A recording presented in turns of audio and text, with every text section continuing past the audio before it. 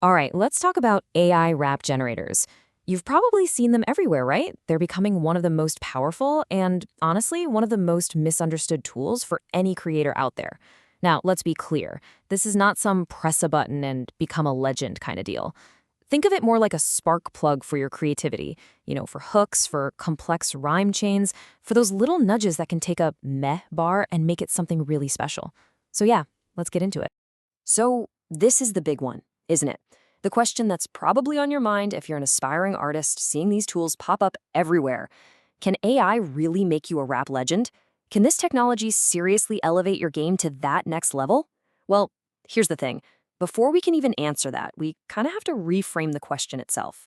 And this right here, this is the absolute key to making these tools work for you. It's not about replacing your voice or your story. No way. It's about collaboration. It's like having a creative partner that never gets tired, that can help you bust through writer's block and explore ideas you hadn't even thought of. But make no mistake, you are always in the driver's seat.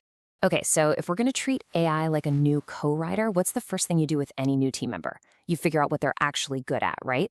Because knowing where an AI shines and just as importantly where it completely falls on its face, that's the real difference between making something that feels fresh and exciting and something that just sounds, well, totally fake.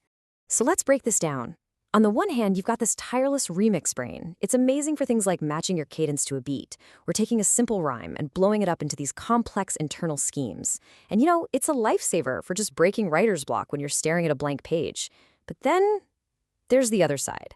AI has no lived experience. It has no authenticity, no taste. And if you give it lazy prompts, it will confidently spit out lines that sound like a motivational poster trying to wear a gold chain. It just doesn't work. Okay, so how do you find a good one? I mean, a good AI co-writer, because let's be real, not all these generators are created equal. Some of them are legit, powerful creative partners, and others, they're basically just random sentence slot machines.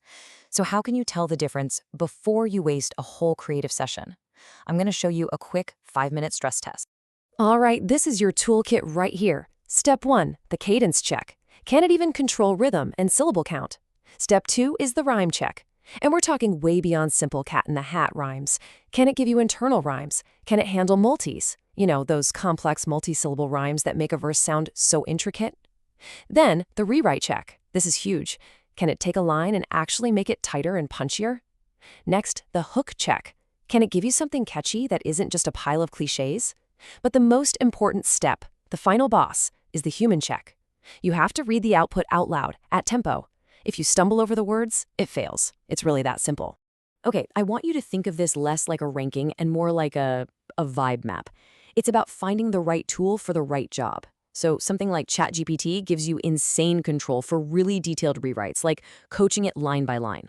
Then you've got Claude, which is a beast for longer, more thematic stuff, like if you're writing a concept track.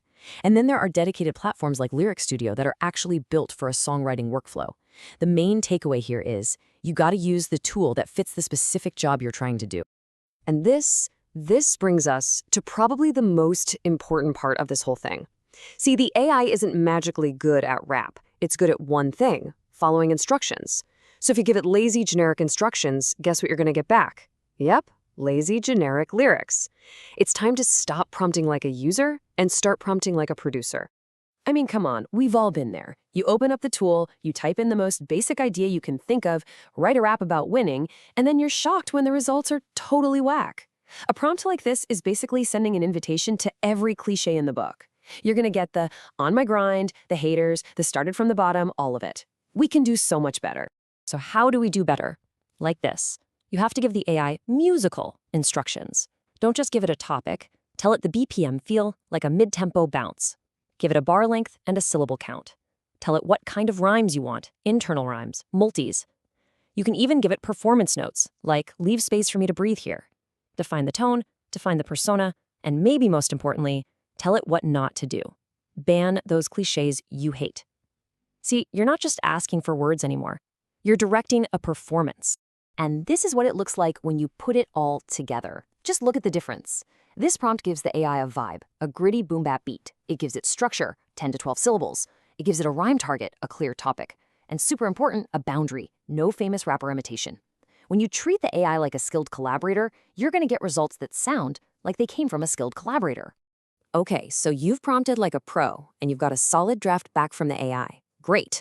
But we're not done, not even close. In fact, you could argue the most important part is just starting now, the human edit. This is where you inject your soul, your story, and your style into the machine's raw output. This is where the real magic happens. So here's a pretty typical raw draft you might get. I mean, it rhymes, it's on topic, but it's completely lifeless, right? There's no texture, no imagery, no personality. It's the kind of lyric that just fills space. It doesn't do anything. So let's take this and turn it into something real. And here's your checklist for doing that. First, always read it out loud. If you stumble, the listener's going to stumble. Then mark the stresses, the syllables that need to land on the beat to really lock in the rhythm. Then you got to be ruthless. Cut any line that's just filler. But step 4, this is the real game changer. Add specificity. Swap out a vague word like challenges for a vivid image you can actually see, like a streetlight or a cracked screen. This is how you take its words and make them yours. And just look at the difference. We went from some generic statement to an actual scene. Face the static on a cracked screen's glow. You can picture that. Ambition's not a goal, it's the air I breathe. That has attitude, it has personality. We took the AI's basic structure, but we injected the human soul. That's the partnership. All right, time for the part that's maybe a little dry, but trust me, it's incredibly important. We got to talk about the legal and ethical stuff. If you're thinking about using these tools for music you actually release, you need to know about a few key things to save yourself a massive headache later on. So here's the bottom line. The US Copyright Office has been pretty clear. What gets protected is human creativity. So all that editing we just talked about, that heavy creative input, that's what makes the work copyrightable as yours. Also, don't think fair use is some kind of magic shield that lets you imitate other artists or use samples without risk. It's not. And finally, if you're serious, please, learn how royalties work. It's about being smart with your art.